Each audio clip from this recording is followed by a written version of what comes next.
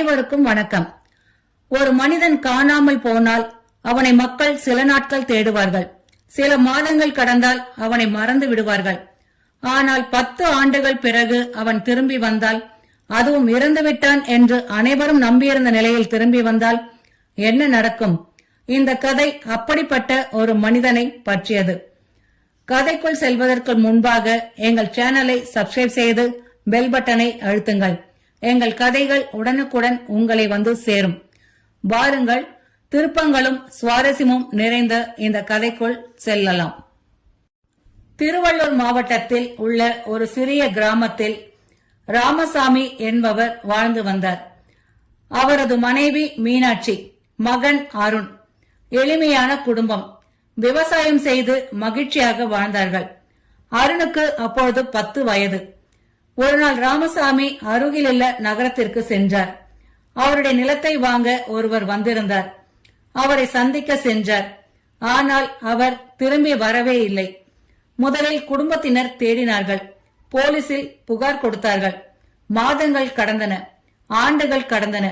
எந்த தகவலும் கிடைக்கவில்லை. இறுதியில் அனைவரும் ஒரு முடிவுக்கு வந்தனர். ராமசாமி இறந்து விட்டார். மீனாட்சி கண்ணீருடன் வாழ்க்கையை தொடர்ந்தாள். அருண் வளர்ந்தான். கடுமையாக உழைத்தான். தந்தையின் நிலங்களை காப்பாற்றினான். கிராமத்தில் மதிப்புமிக்க மனிதனாக மாறினான். காலம் ஓடியது. 10 ஆண்டுகள் கடந்தன. ஒரு மழை நாள் கிராம பேருந்து நிலையத்தில் ஒரு வயதான மனிதன் இறங்கினார். தாடி வளர்ந்திருந்தது. உடைகள் பழையதாக இருந்தன. கண்களில் சோர்வு. அவர் மெதுவாக கிராமத்திற்குள் நடந்தார். அவரை பார்த்தவர்கள் யாரும் அடையாளம் காணவில்லை. ஆனால் அவர் நேராக ராமசாமியின் வீட்டிற்கு சென்றார். வீட்டு வாசலில் நின்று மீனாட்சி என்று அழைத்தார். உள்ளிருந்து வந்த மீனாட்சி அவரை பார்த்ததும் அதிர்ச்சியில் உறைந்தாள். அங்கு நின்றிருப்பது ராமசாமி. அவளால் நம்ப முடியவில்லை. கிராமமே பரபரப்பானது. இறந்துவிட்டார் என்று நினைத்த மனிதன் உயிருடன் திரும்பி வந்திருந்தார். அருண் வீட்டிற்கு வந்தான். அந்த மனிதனை பார்த்தான். அவன் கண்கள் சந்தேகத்தால் நிரம்பின. இவர் என் அப்பாவா? அவன் மனதில் கேள்வி எழுந்தது. ஏனெனில் அவனுக்கு தந்தையின் முகம் மங்கலாகவே நினைவில் இருந்தது. அந்த மனிதன் வீட்டிலிருந்த பழைய விஷயங்களை சொல்ல ஆரம்பித்தார். அருணின் சிறுவயது குறும்புகள், மீனாட்சிக்கு மட்டும் தெரிந்த சில ரகசியங்கள், அனைத்தும் சரியாக இருந்தன. மெல்ல அனைவரும் நம்ப ஆரம்பித்தார்கள், இவர் ராமசாமிதான் என்று. ஆனால் அருணுக்கு ஏதோ தவறாக தோன்றியது. ஒரு நாள் இரவு அவன் தண்ணீர் குடிக்க எழுந்தான். அப்போது ராமசாமி யாரோ ஒருவரிடம் தொலைபேசியில் பேசிக் கொண்டிருந்தார். இன்னும் 2 நாட்கள் பொறுங்கள், எல்லாம் என் கையில் வந்துவிடும், பிறகு நாம் கிளம்பலாம் என்றான். அருண் அதிர்ந்தான். என்ன நடக்கிறது என்று யோசித்தான். அடுத்த நாள் அவன் ரகசியமாக அந்த மனிதனை பின்தொடர்ந்தான். கிராமத்திற்கு வெளியே பழைய கிடங்கு ஒன்று இருந்தது. அங்கே அவர் 2 அந்நியர்களை சந்தித்தார். பணம் பற்றி பேசினார்கள். நிலம் பற்றி பேசினார்கள்.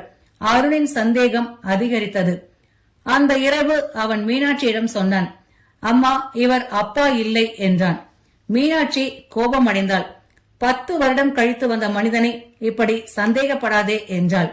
ஆனால் அருண் உறுதியாக இருந்தான். அடுத்த சில நாட்களில் அவன் மேலும் விசாரித்தான். ஒரு பெரிய உண்மை வெளிவந்தது. அந்த மனிதன் உண்மையில் ராமசாமி இல்லை. அவர் பெயர் கண்ணன். ஒரு மோசடி கும்பலை சேர்ந்தவன். ராமசாமியை போல நடித்து குடும்பத்தின் சொத்துக்களை அபகரிக்க வந்திருந்தான் என்பது புரிய வந்தது. அருண் போலீசிடம் செல்ல முடிவு செய்தான். ஆனால் அதற்கு முன் இன்னொரு அதிர்ச்சி காத்திருந்தது. அவன் கிடங்கிற்குள் ரகசியமாக சென்றபோது அங்கே ஒரு புகைப்படத்தை கண்டான். அதை பார்த்ததும் அவன் அதிர்ந்தான்.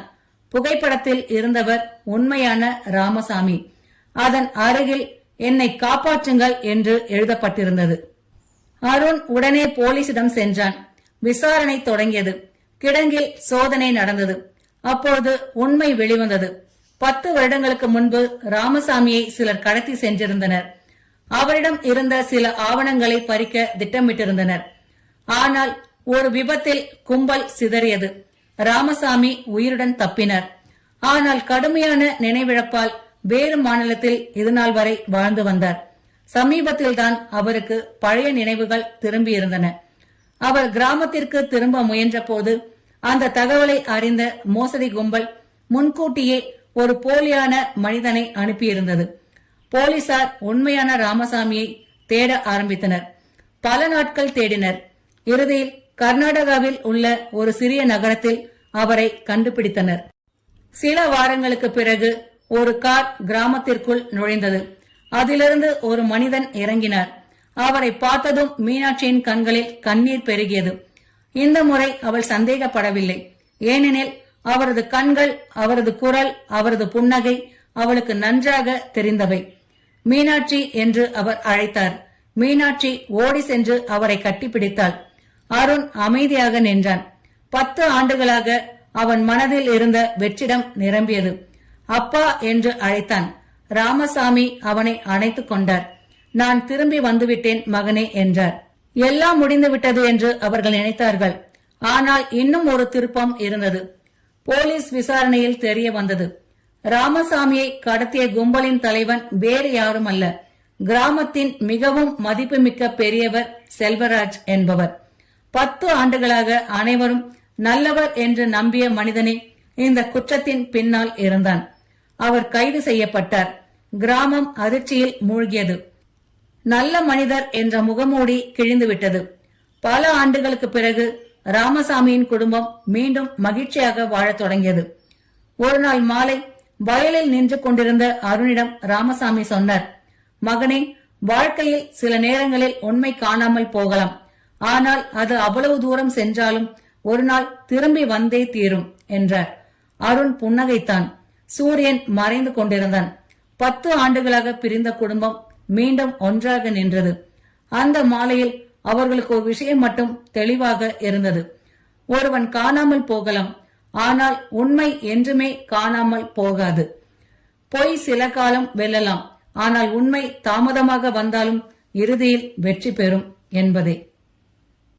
இந்த கதை உங்களுக்கு பிடித்திருந்தால் லைக் செய்து நண்பர்களுடன் ஷேர் செய்யுங்கள். மீண்டும் இது போன்ற திருப்பங்கள் நிறைந்த சுவாரஸ்யமான கதையுடன் உங்களை